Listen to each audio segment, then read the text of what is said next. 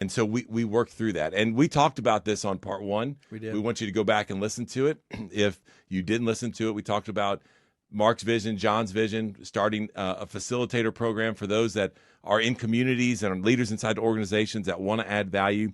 And if that's you, maybe you don't have time to go listen to session 1, we won't be offended, but I want to encourage you to do that.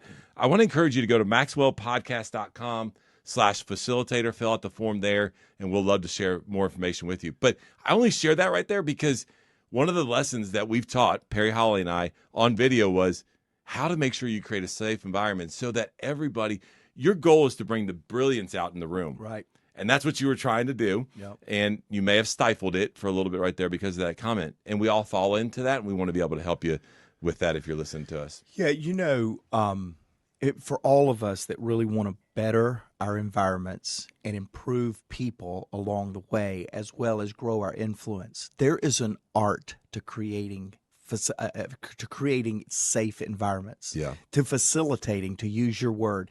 There is an art to that. I think back, and this is one of the things that we teach in this program. I'm so glad that you re-mentioned that this week, what we talked about last week. But there is an art that I've watched John do that people think that he's on stage speaking to 10,000 people, 5,000 people, 250 people. He is really facilitating a safe environment to where more people at different levels of leadership can listen to a Maxwell lesson and apply it to their level than any other communicator out there. Yeah. You know why? Creates a safe environment. Yeah. It's okay to feel the weight of the world with multi-million-dollar companies on my shoulder, and it's okay to be an entry-level telesales representative like I was at the beginning.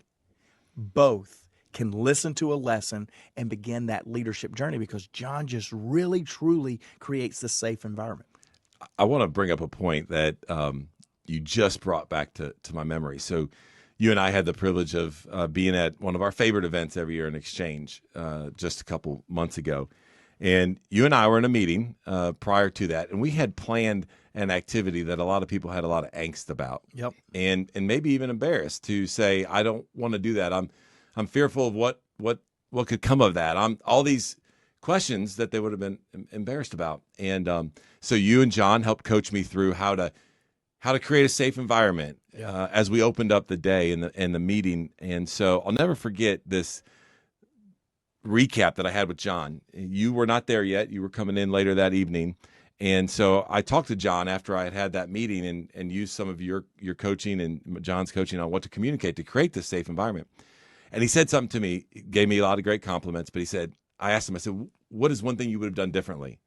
And he said, that's a good question. He said, what I would have done was I would have just said, you know what? I feel that way too. Hey, I've been concerned about admitting that maybe I am a little fearful of this activity, and just to be able to kind of sit back in it with them. That way they don't feel embarrassed for admitting, because he said, what do they do as soon as you go, hey, I was a little concerned about this? They all go, oh yeah, me too. And they're not embarrassed to be able to do that. And he just has, you're so right. He has so many techniques and tips that he uses to create, not just when he's leading our team, because he facilitates conversation, best ideas win, all that stuff, but when he is talking to a crowd.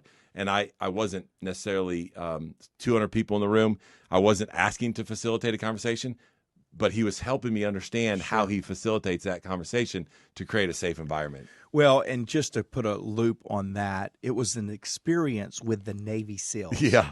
Special ops of the military. And it was an exercise early morning on the beach in San Diego in what was the coldest day of 2022. Yes, so bad. There were every dynamic that we gave. And Chris, the way that you did create a safe environment, number one, 100% of the 150 people showed up to be in that environment. And I'd already had phone calls for weeks saying, I'm not going to show up at that. I'm not going to show up at that. You created an environment to where everybody showed up. Not only that, everyone had a takeaway, and everybody considered that one of their top experiences of a 3-day event because we intentionally created a safe environment for that.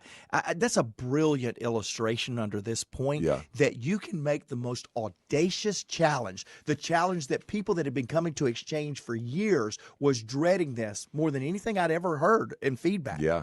Yeah. And yet we created with great intentionality an environment to where people felt safe enough to take a risk. participate Yeah. and loved it. Yeah. Take a risk, and then they ended up learning something from it. So it just came to mind when you were saying that. that's And I great. wanted to share it with our audience. All right, let's move on to what could be our